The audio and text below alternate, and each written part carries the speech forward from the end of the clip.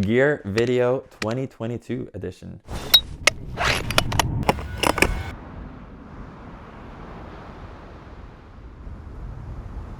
So this is the gear that I use to go backcountry skiing. I don't think I've bought any of it at this point. Yeah, it's all sponsored by my sponsors. But thing is, like, I am privileged enough to get to choose which sponsors I work with. So I have actually had the option of going with a lot of the competition, and the gear that I use now is what I've chosen to take me to where I want to go in the backcountry and do the things I want to do.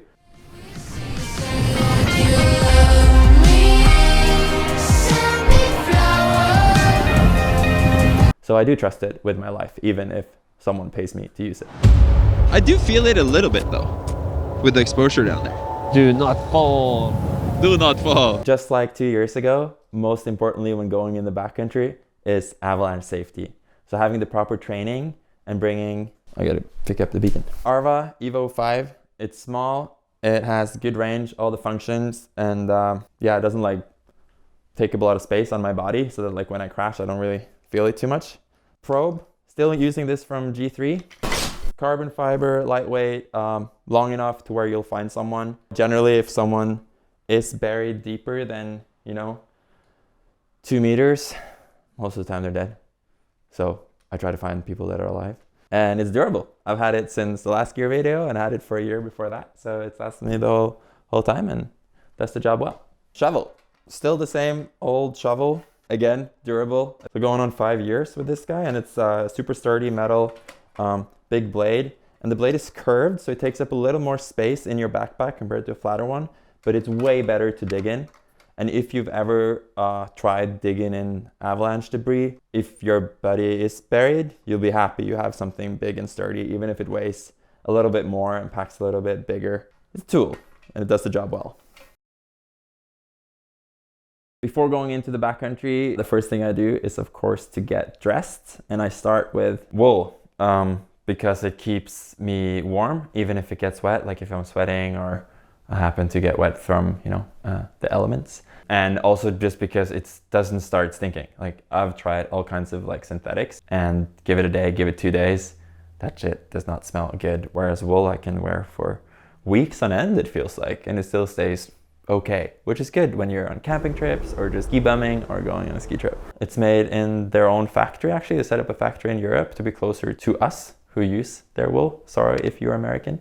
And it's made with the responsible wool standard. So it's a third party that makes sure that the sheep and the land the sheep are grazing on to produce this wool is not hurt in the process of keeping us warm. I like the linen socks. So you get the socks in like different thicknesses. And for me, I just try to go as thin as possible. One thing is like precision in the boot to have better control. But also just because my main issue is generally not staying warm, but rather not sweating in the boot. Regular long johns. And I've been kind of getting into these like zip tops. I'm not going to do it because of the mic, but they're super nice because it's kind of like you have another buff underneath because it stays really close to your neck. So it keeps you warm and nice on the colder days. And then on top of that, there's of course the mid layer.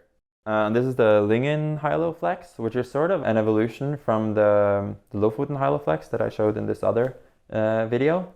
It's the same fabric in the front, which is really like, it's like snow or / water repellent, kind of windproof, but it has a more breathable fabric in the back. So it's like if I'm going touring, I don't feel the need to put a shell on right away, even if it's like a little bit windy or a little bit of snow or rain in the air. I can still just have this. And it works, and it has all the nice features like the little hand gaiters and the hood. This winter I've pretty much been using this mid layer every day, unless I'm wearing my heavy duty Gore-Tex setup, in which case I don't really need any sort of like weather resistance from my mid layer, so I choose something like this warm one, which is just more comfortable and a little bit warmer even, because I'll just always have the Gore-Tex on top of it. And these are the Tomo Gore-Tex bib pants, which is sort of like the full everything Gore-Tex experience. Thigh pockets, little key pocket, the big kangaroo pocket. I love this pocket if you want to keep your lunch warm. Put my beacon in there. Big vents. All the features like snow gaiter, everything that you would expect in a good Gore-Tex bib pant. But that comes also at like a weight penalty. It comes in at 800 grams. but then again, it is super durable. So when it comes to weight and performance, it's like if you're going more lightweight, you will lose durability, especially if it's like a comparable product. So these are on the more durable side of things. And you'll notice these are actually the same pants I wore 2 years ago. You won't get any snow in here. Still using them, still loving them. And I pair these pants with the Tomok Gore-Tex jacket, which isn't the Lofoten anorak I was using last time around. Main reason for that being we were shooting the Tomok collection sort of team movie this year, so I had to use Tomok. But it's the same sort of functionality, except that it's a full zipper jacket, which is admittedly, I think, is a little bit easier to use. Again, all the bells and whistles, hand gaiters, it has a snow skirt. So with the bib pants, you're pretty much like impenetrable. Like there's no powder getting in anywhere. It has a ton of pockets, big pockets for all your stuff. I got some sunblock in there actually. Ooh, a little bit of lip balm. Big underarm vents. This vent in the front is also really nice. If you're skiing powder and it's snowing, you don't want any snow to get in, but you want a little bit of air to get out. It has a mesh. Goggle wipe, really durable, high denier fabric. Works for everything, waterproof. Like there's nothing better than Gore-Tex for breathability and being waterproof. But like with the pants, it does come at a weight penalty. These are 788 grams. So together they're like what? 1.7 kilos, 1.6 kilos, 1.55 kilos, I would say, ish. Maths, not my strongest area. But yeah, so you have all the functionality. It's super durable, but that comes at a weight cost. So like for our big glacier trip or for big days touring, I would rather be in my lightweight setup, the Lingen Gore-Tex pants and the Lingen Gore-Tex active jacket, which combined, the weight is still lower than the Tomok jacket. And to achieve that, I mean, it is a little bit more minimalist in design. You don't have a zipper here. There's no face fabric on it. So this is just pure membrane here in these areas. But then you have a face fabric here to protect the membrane in the areas that get more wear and tear. There's still, you know, snow gaiter, good ventilation, obviously, because you're moving around a lot in them. I love this. It's like a double zipper on the jacket, so you get a mesh down here to vent, even if there's a lot of snow or rain in the air. And big Napoleon pockets. The hood still fits over your helmet. It's definitely the way to go in terms of more lightweight. But yeah, again, you lose a bit of functionality and a little bit of durability. So if I'm kind of like a 50-50 resort and 50-50 touring skier, I'd probably go for more of a heavy duty setup. It's a beautiful day for a big mountain adventure. If you're doing more just touring, definitely go for the lightweight one. But if you have the budget, I would definitely go for both. Yeah, just kind of see what your needs are. And then, of course, you have days where you don't even need Gore-Tex at all. You know, if it's sunny or if you 100% know that there's not going to be any precipitation, or at least just like a little bit of precipitation, then I would go for the comfy setup, which is all about being comfortable. The Lingen cotton pants that are actually cotton, like from the field. It's crazy how nice cotton is. It breathes like insanely good.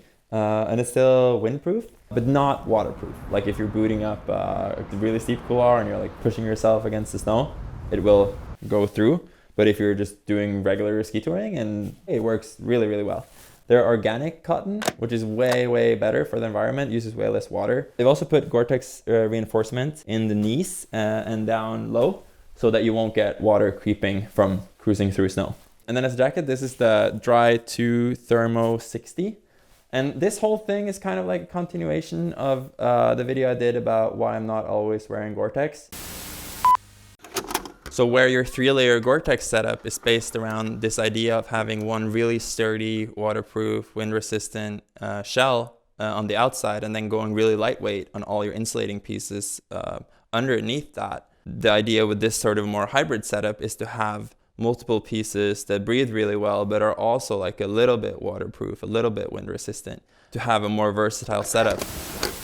It's a shell, sort of. It's waterproof up to a 20K column, but it's also insulated and it also breathes. So it kind of does it all. And especially paired with a Hyloflex mid layer, I can kind of just regulate my temperature and like really, really comfortable. Lightweight, like 430 grams. 432 grams, and packs down really small and feels like nothing on my body. And yeah, so those are sort of like my 3 options. And like, I obviously don't expect you to go buy all of them, but more like seeing what fits your needs and what kind of skiing that you do. Or if you have the budget, it is nice. And then to stay warm, there's of course insulation. This is the Trollveggen Superlight down jacket. And I'm not sure if it like came true. They told me it might be like the lightest down jacket with zipper pockets. But it's crazy lightweight. Stuff it together, put it in my pack. Always bring this. And then the down knickers are actually like, if you haven't tried down pants before, I really recommend it. I've always just been layering like up top, but layering down low actually makes like a huge difference in how warm I am. And then of course for a camping trip or some time where I know I will be staying outside for an extended period of time, I'll bring the Trollveggen down 850 jacket, which is just like maximum warmth and stay comfy no matter what, but packs down a little bit bigger. This was like a limited edition Ace version, but the regular one is just as nice, just as warm, and even a little bit more packable. This is a bit more durable. And it's all following the responsible down standard, of course, trying to be nice to the animals that we get this insulation from. On my hand, I wear gloves, and I go with the 3-pair setup, where this is like the thin fleece ones that I wear touring. And then I always have 2 more in my backpack. The Trollveggen Gore-Tex gloves, which is like leather palm and fingers, and these are really nice. They are like nimble and all the goodness of a leather glove. I prefer short cuffs in my gloves because I'll put my jacket over and have the hand gaiter inside, and that way you won't get snow in there. And then in addition to that, I bring a good pair of mittens just because having cold hands really suck. And if you're working in the snow a lot, you know, digging pits or just climbing in the snow, it's really good to have mittens because it's by far the warmest out there. And I also kind of like the feeling of riding with mittens. I feel like a little bit more nimble and dancy.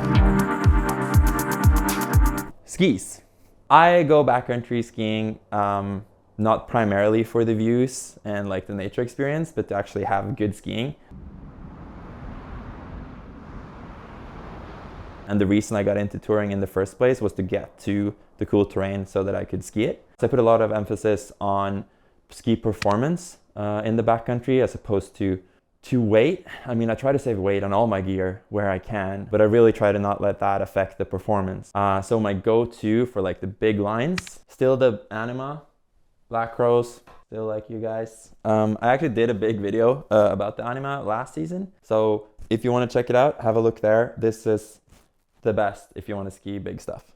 And then you have the Atris. This is sort of the Swiss Army knife of backcountry skis. It's new this year, the model, or they like reshaped it. So it is 105 compared to the 108 that it used to be in the waist. It's got a tiny little bit longer, 190.2 centimeters. So it means I'm a tall boy. But this really is the ski that does it all. It has a big rocker in the front, really stable, good tail, gives you a lot of support for airs.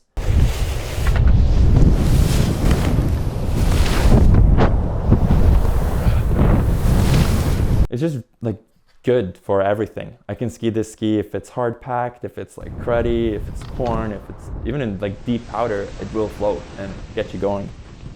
For my next trip, I'm actually just bringing this. Like we're going on a big expedition and this will be the only ski that I bring. Atris. It has a pretty like stiff flex, a lot of support in the tail for doing airs and just being stable at speeds. It has a double rocker profile. So you have a rocker in the tail, a big rocker in the nose. Bit of a twin tip, like not a huge one. Like you can still land switch. I have landed switch in powder on these. But it's definitely easier on a ski like the Anima. And just the regular camber underfoot, so you have really solid grip when you're on hardpack. I mount these +1 centimeter from recommended, just because I like them to be a tiny little bit more playful, a little bit more easy to turn, but it does take away a little bit from stability maybe. It's a safe bet to go recommended. Like on all Black Rose skis, you're happy on recommended. Julian. Hello, this is Julien Renier. I'm the shaper at Black Rose. Put the spot there for a reason. It's meant to be skied recommended, but I also like it 1 centimeter forward. I know some people go like 2, 3 But to me, you just get way too much tail and it doesn't really float as it should. And I feel like you take away from a lot of properties that make the ski as good as it is. The Ferox. These are lighter. This is the touring ski. It's from the Freebird range. So they are wider than the Atris, but they're still lighter. It's a good like all-around touring ski. It works on hardpack, works in soft snow.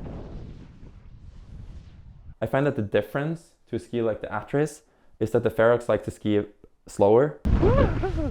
It doesn't really like to charge super fast and then, you know, slarve out your turns and like regain control like barely, but it really likes, you know, control. So like going in control, enjoying skiing like that. If you're into turning and staying in control and having a ski that really does that well, this is for sure a good option.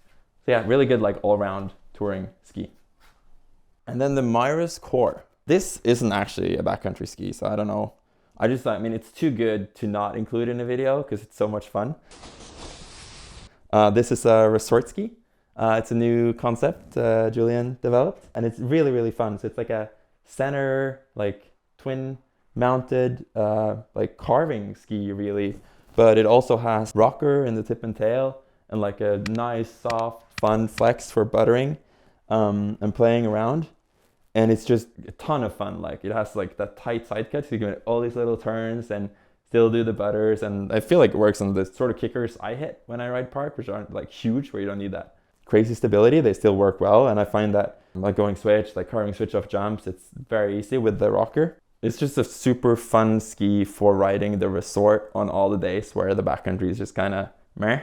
And I feel like for me, it has brought a lot of joy back into skiing. Like I've had a long time where I've sort of like chased the gnar, even like riding the resort, and you're just trying to go big and like go really, really fast. Whereas this kind of like does the opposite, where you want to go small and just play with all the little features in the terrain and kind of focus on the nuances of skiing. So that's really fun. I haven't actually like filmed anything with this for reference because I've just been playing around with it on like off days from production. So I'll show you this clip of flow.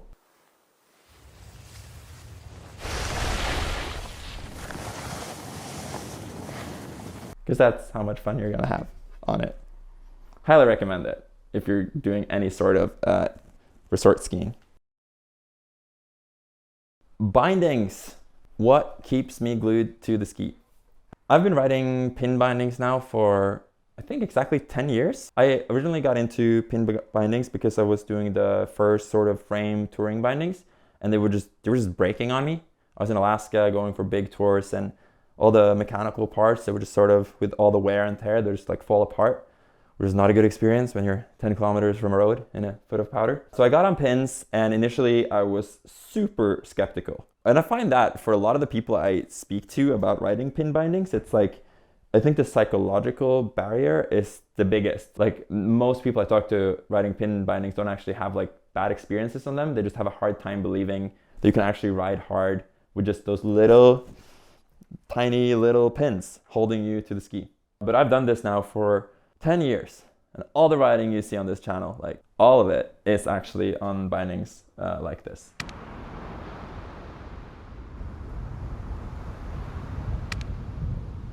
And this is so far the best version of the pin binding that I have used. This is the Dynafit Rotation 14, and it has like all the bells and whistles that I didn't have when I got into pin bindings.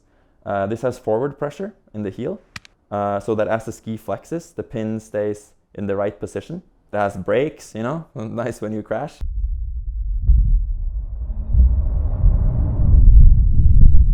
And in the toe, it has a rotating toe piece.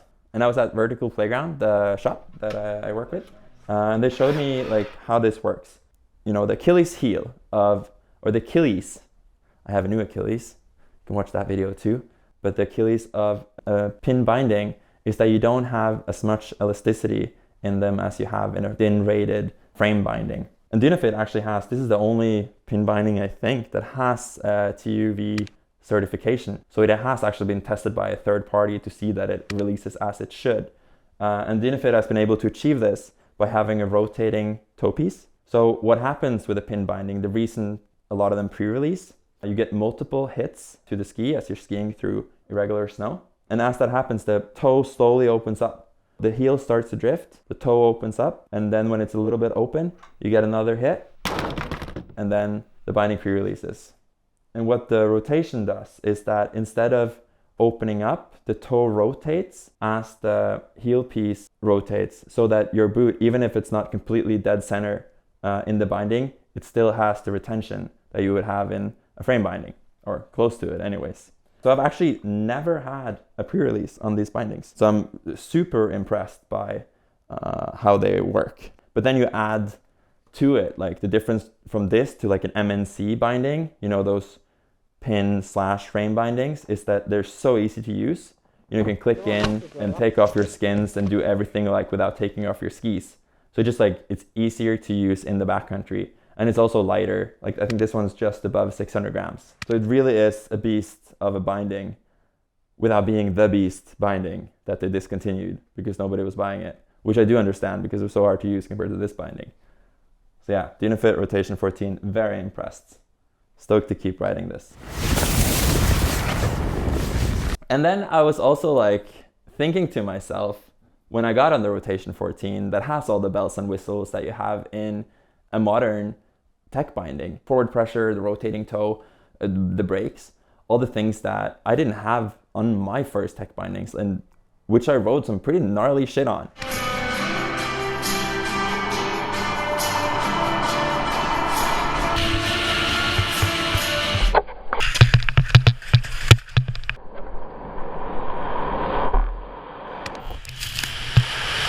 At first I didn't trust them, but I did start trusting them the more I rode them.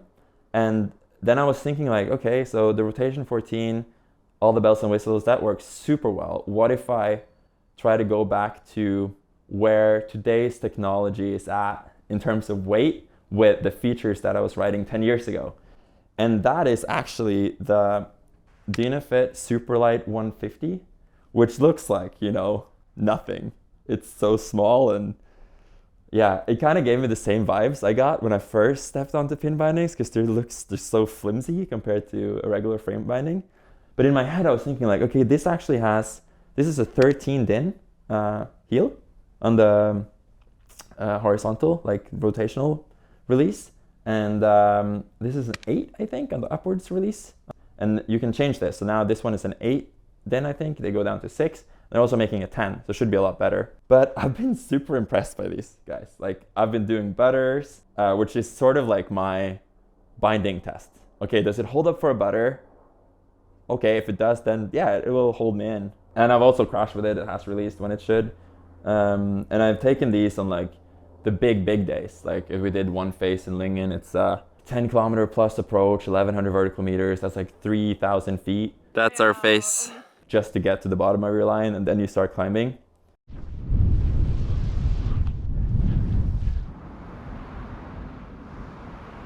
It really makes a huge difference. You know, these are a quarter of the weight of the Rotation 14s.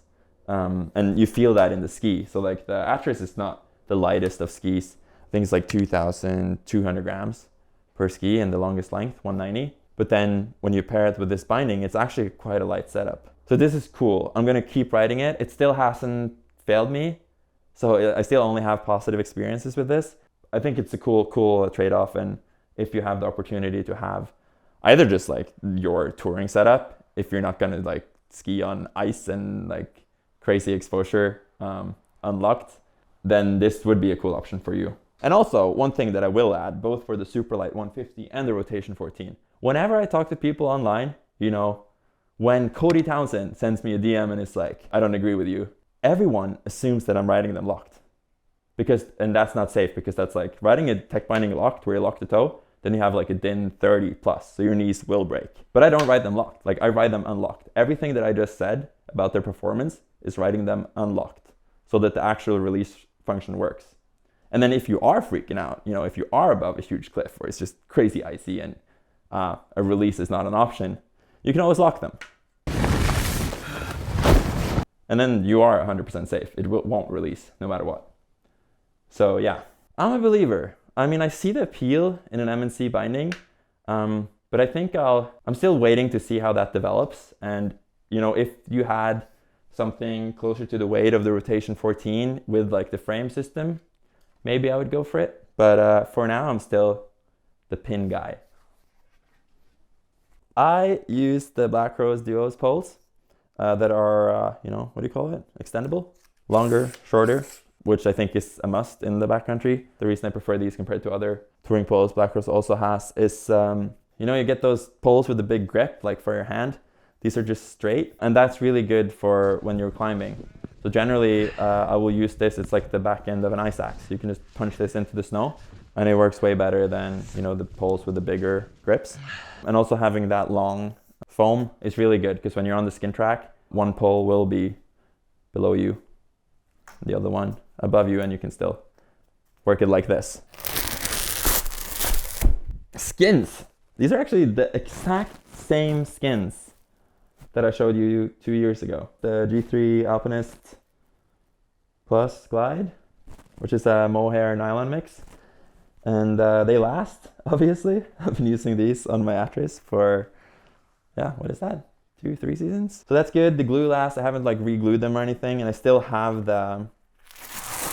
this extra strip. Like you can tear off this little strip here and you can get fresh glue under there. But I haven't had to do that yet.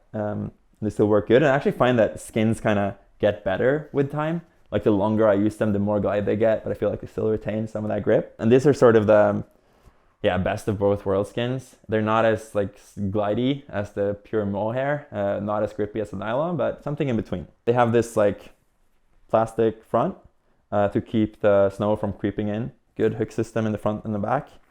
You can get like a sort of twin tip hook in the back that looks like this. But honestly, like I haven't found the need for it. Like these stay on throughout the day. But yeah, really good. Had these for a long time. Boots, or I should just kind of say the boot, because it's still the boot. This is the boot I'm using. I'm still using it. I'm still very happy. Hoji Free 130. I went more in depth in it in the other video, so you can check that out. But what I have done now, which is really nice, is I've put this Intuition liner in there. And that kind of like changed the boot up for me completely. Like it walks a little bit worse, but just the precision and how it like sits on my foot is just so much better than with the stock liner. So I really, really recommend trying that out if you have any sort of, you know, if you don't feel like it's precise enough, or if it doesn't like sit tight enough on your foot. And also just, you know, get a good footbed. Have it fitted by, you know, proper boot fitters. That makes a ton of difference. This is sort of like the performance version of the Hoji. There's also the Hoji Radical, the green one now, and there's like a few different versions. So like if you want something that's a bit roomier, a bit more touring oriented, less performance oriented, there's like the whole range now. But just the system with the Hoji lock and everything, it's a proven concept. It works really well. I'm very happy with it. Eyewear. I've been working with Jilbo now for 4 years, I think. And it really is like the best in the game in the mountains. Like I came to Chamonix in my early 20s, and I just saw all the guides, all the serious mountain people wearing this brand with the strange name. I was like, what is that? And then I would watch all the movies, you know, go on Netflix. Who's in Himalaya? What are they wearing? Jilbo. What's my hero Renan Ostark wearing? Jilbo. The reason is they're just great. They're really good at what they do. These are sort of city shades, but the goggles are amazing. You know, it's a little company. They started out in the Jura Mountains, just north of the Alps, making glacier shades. And now they make goggles. Like this one's my favorite, the Sirius. And what's special about these goggles compared to, I don't know, pretty much every other goggle on the market? I think there might be 1 or 2 companies doing photochromatic lenses.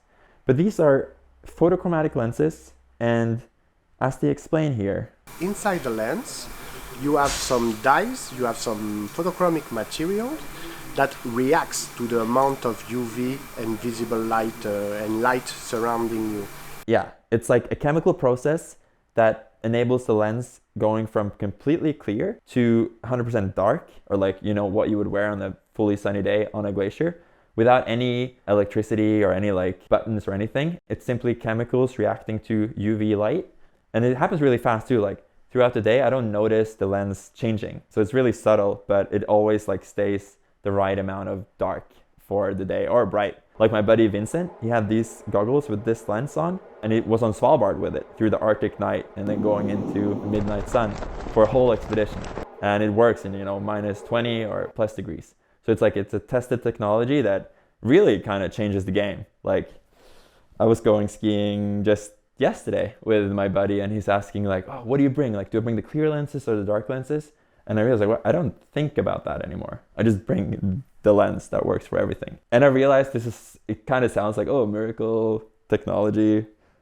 Why wouldn't like the big giants in the eyewear industry do that if it's so good? I don't know. You tell me. It really is crazy good and like nothing I've ever used before. It might also be coming a special edition soon, so watch out for that. Other than that, yeah, all the classic things like rubber and the straps to keep them on your helmet. Really good ventilation. Don't ever fog up if you treat them correctly. Comes highly recommended. This is the Jilbo HAL freeride helmet. It's 450 grams, has adjustable sizing. It has ear flaps. I took them off. It was really hot yesterday. It has vents in the top.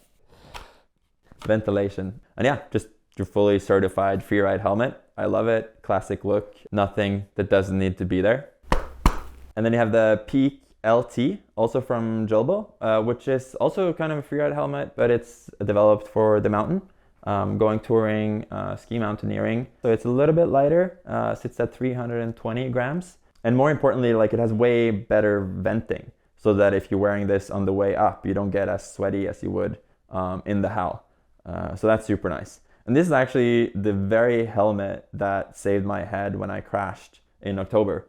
Like I still have a huge dent in the helmet here. I did break my face down here where I didn't have a helmet, but it saved my frontal lobes that some might say are underdeveloped already. It's a good thing they didn't get another hit. And it has more of the mountaineering feature, like a strap for your headlamp. It has adjustable sizing and a strap for your goggle. So good option. So I'm not actually using this helmet anymore. I need to replace it. I just haven't. I've been lazy this winter, so I've used the HAL. But if you do get a dent like that, it should be replaced because it compresses the foam that gives you protection. Backpacks are, important. That's where you carry all your stuff. This is the Norrøna Lofoten 30 liter that me and Asbjørn actually had some of the input on. And this is like my go-to backpack for most days. It's big enough to fit everything you need, unless you're bringing a big rope or stuff like that. It has a really good system for helmets, and it holds your helmet really good and in position. And it also kind of works as like another bag, like another compartment in your helmet, so that if you need more space, you can just stuff stuff in there. I don't know if you remember on Wavy. If you watch Wavy, it's a movie. I'll put it up here. Merrick is riding with his like bag dangling behind her, and she just stuffs this net with like everything she can. So that works really well. And also, you don't actually have to pack it away when you're riding. It's like some helmet nets, like they don't really sit on the backpack if you don't have the helmet in there, but this just sits there. So you don't have to pack it away if you're doing multiple laps, and that's really handy. I'm also like, I know some people really like the minimalist design on backpacks with like no straps and everything and just like the little daisy chains and loops. But for me, I really like straps. I'm a straps guy. I love straps. I want it there. I want it to be easy to use and just easy to tighten. I don't want to deal with like ski straps and all this stuff. Like I find that's just time consuming and unnecessary. It has a separate compartment down here. So you can access, you can put a water bottle down there, or, if you need crampons or anything handy. And that actually, there's another compartment on the inside so that you can make two compartments inside your backpack if you want to, and have this just as a separate one or as a part of the main compartment that opens through the back here, where you can find all your stuff. Easy to find. And then red zippers where you keep your Avi gear. So when you're freaking out and your buddy's under there, you know where to find your shovel. It also actually has the top, functions really well. Oh, shades. The top functions really well as a drone pocket too. It just fits a DJI Mavic Pro 2 in there. So when I've been going on solo missions without Jonas, I'll just pop it right in there. My go-to pack for kind of everyday adventures and resort skiing. And then if I'm going for a more serious mission, I'll bring the Lingen 40 liter pack. Essentially just the bigger version of the Trollwegen, 10 more liters. Again, all the straps you want. These ones are nice for holding your skis, or if you want to put your carabiners on there, if you're doing some ski mountaineering. It has the access to from the bottom here, which is super nice. Like I put my crampons and stuff that I need easily accessible down here. I'll bring this pack if it's a big day. I'm bringing ropes, I'm bringing more stuff, and it's really nice to just have a big one where you're not thinking about what you're stuffing into it. And it still has the good same helmet net, the separate good compartment for your Avi gear, and it's also built on a frame with this webbing, and that's super nice because it actually lifts it out from your back a little bit so that you have airflow on your back the whole day. And that's great. Like I normally, the place I'm most sweaty after a day on the mountain is my back, because you always have your backpack just pressing against it, so there's no circulation of air, so your sweat can escape. But with this backpack, that actually is not the case. So that's really awesome. If you're doing like bigger days or just like bringing lots of stuff, this is the way to go. And then this season, I also started using Avi packs. I used the first versions that also came out like 10, 13 years ago, and they were just so shit that I didn't want to use them anymore. They would just like explode on me. The hard part about making a good Avalanche backpack is you want a system where it can open up and the balloon can escape, but you don't want that system to open up when you're not deploying the balloon. And that's been the problem for me, like historically, trying to use these packs. But this one, I've not had that issue. And it's big enough where I can fit what I need for a normal day of touring without any issues. It has tons of daisy chains to strap things onto it, which work. It's a bit more work than all the pre-ready-made straps that Norrøna uses, but this works too. And it's pretty lightweight actually. This one is 2,600 I think with the cartridge. It's like not that heavy. When I'm using it on, I'm not really like feeling the extra weight. So it's a good way to go. I'll use the Avi pack if I'm going into terrain where, you know, it makes sense. Like if there's an outrun and you can deploy it and be safer.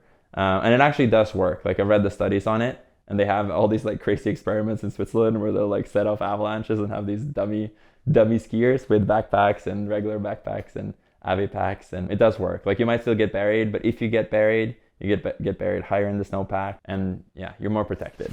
And Arva has redundancy, so you have two separate balloons. And this one's like the bigger one, and then you have the ultralight 25 liter. And this thing is crazy. It's so lightweight. It's actually just 200 grams more than my Lofoten pack. But with the full Avalanche balloon system, redundancy, so you have two separate balloons. If one deflates, the other one's still working. Yeah, it's amazing. It's crazy how far this technology has come.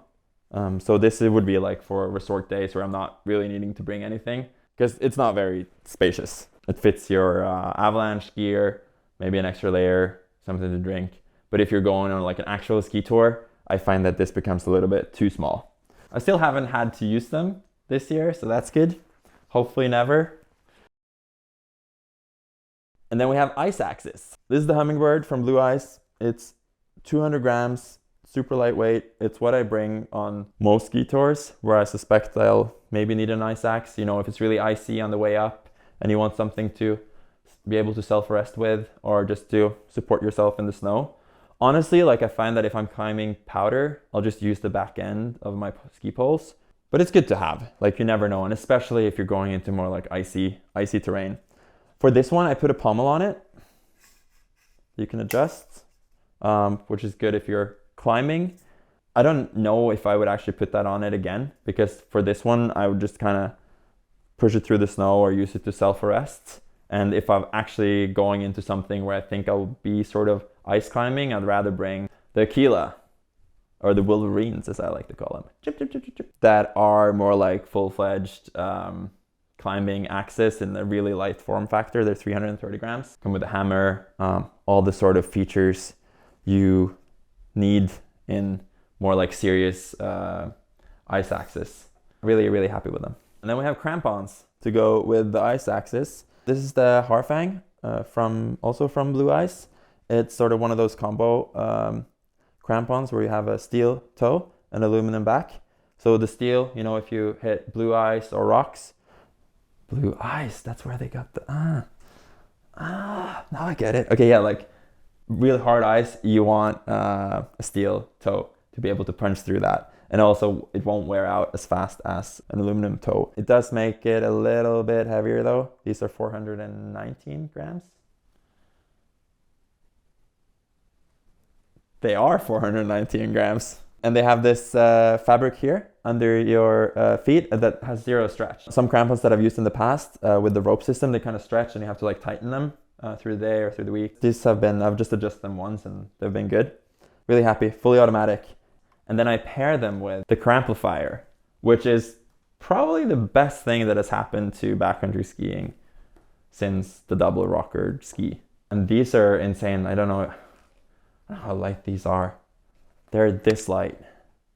These are sort of the second version. The first version was the Crampow that came with crampons in the front and then the strap system to strap onto your boots, which were good. They really worked. I used those for a few years. But then what you get with the cramplifier is that you get everything you have in a normal crampon.